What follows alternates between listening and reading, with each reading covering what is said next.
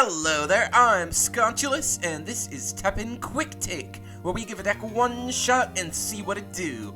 Today we are playing the latest two-color gimmick cheese with the schmove Mavericks, the Schmavricks, Guard Spike Rose Red, and Worm Seeker R. Worm has the highest attack stat ever printed on a 4MP unit, and both units have a buff that activates when schmovin, which gives them automatic synergy with the classic aggro hero art Ashura Senku. Spike Rose Red has the much stronger effect, with the power to infinitely grow stronger and potentially to eclipse all other Mavericks. While Worm Seeker has a downside instead that further encourages skillful play, dodging out of the way of attacks, and into lanes where your worm will attack first. This is a super fun minigame, and to ensure we get to play our game as much as possible, we are maxed out on the two new move actions, Axel Boots and Energy Transfer. The boots let us cheese wins fast, and has an art that straight up raises the already very high bar for asses in TEPPEN, and in card games at large.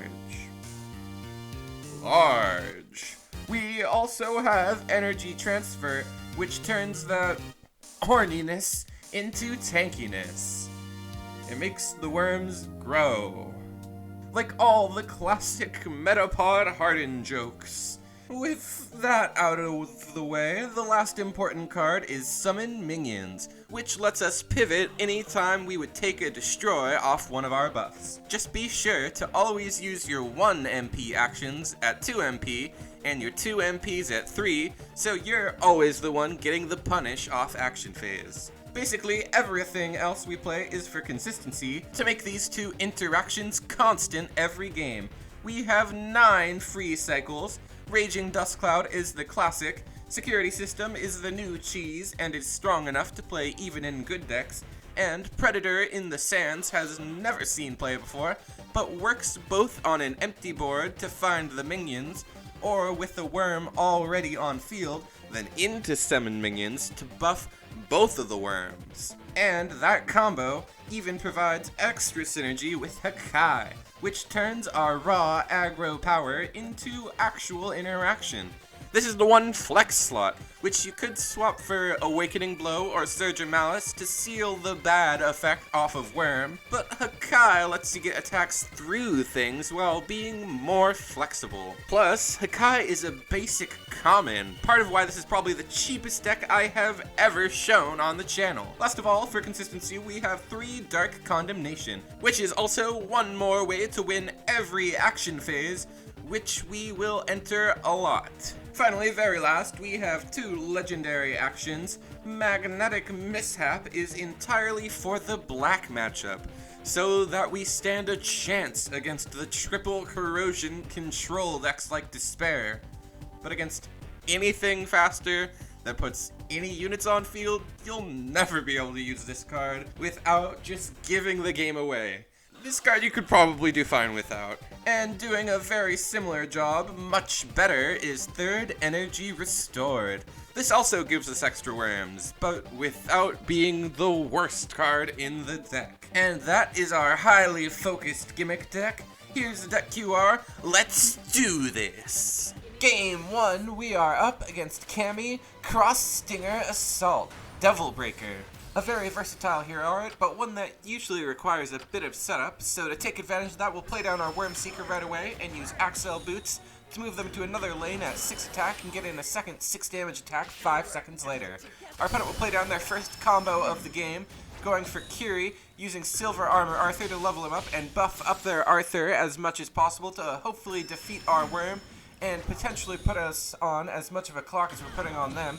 We'll use Hakai to defeat their Kiri, and to avoid being defeated by Arthur, we will use another Axel Boots. Our opponent will respond to that with a shield, and we will attempt to use our Hakai to destroy it. They will have their village rebuilt ready to protect Arthur from our Hakai, but we are able to get into the other lane with both of our Worm Seekers, and we use Predator in the Sands to bring them both up past lethal, and with that one combo, we are able to take the game against Cammy. And we're breaking the one rule of the one-off series, making this the most unpredictable show on the Sconchulous channel. Because this deck doesn't always win in a minute like that. You're way too lucky to be on ranked. Realistically, we thrive a little more at the low ranks, but that doesn't mean our opponent's on a bad deck. Just one that's slow and difficult and inconsistent. But for the payoff of Imprisoned Princess, people will jump through any hoops. Our opponent starts off with Masu Nahagara Hisehide and uses Land of Illusion to jump through the first two hoops. We'll start the next action phase with System Shock, and our opponent will respond with Detonation.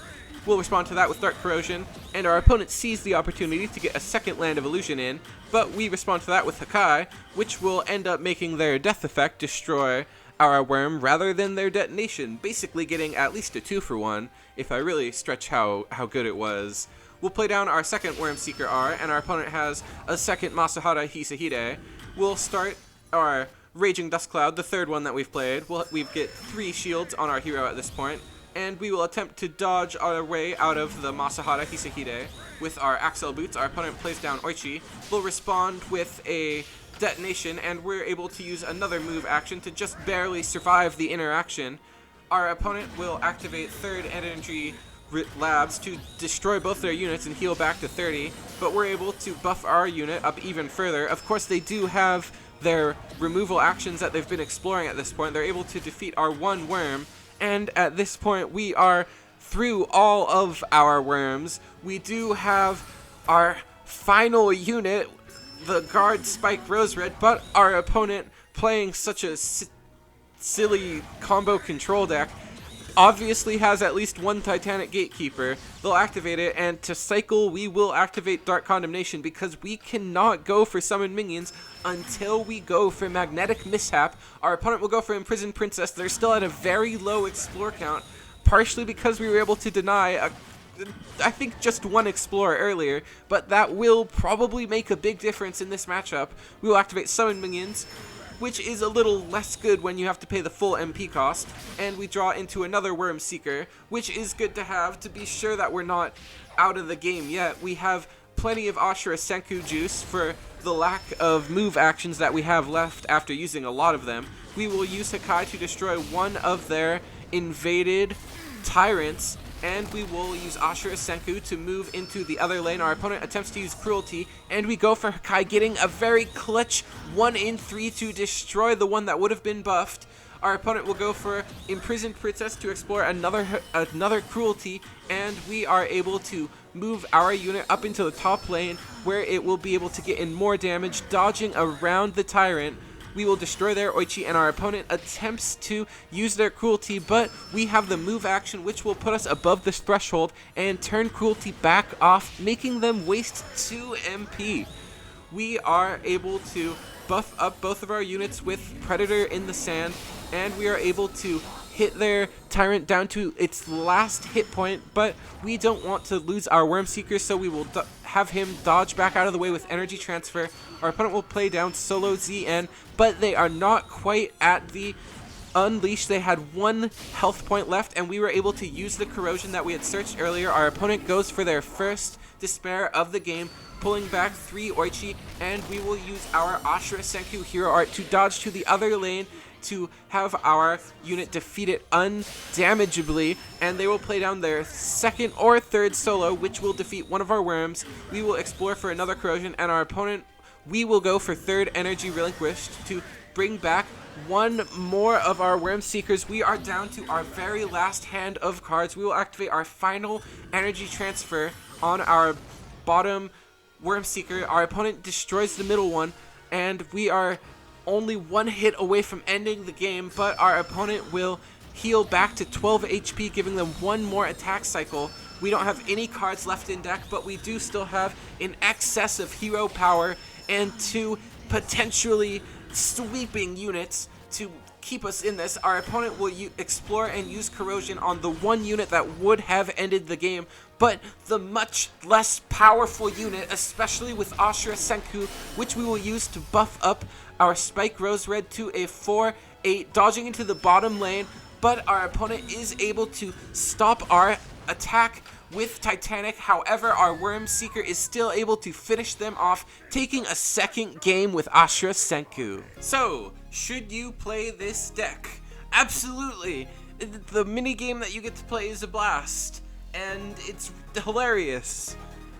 And it's not much worse than any of the other decks I've shown. It's not the best one I've shown on this series. It's not nearly as good as Shoryuken. What I'm saying is, if you're prepared to lose and you want to mess around with a silly idea, then that's why you came to this video, and this deck fulfills that better than almost any other that we've done so far, while actually being engaging to play. Which is a huge step up from the usual big resonates shenanigans we get up to. Thank you all for watching. If you have any ideas for other weird, cheesy deck concepts, let me know down below and I'll give them a try. Please like the video if you liked the video. Subscribe if you subscribed. Once again, I'm Sconchulous, and I'll see you in the next one.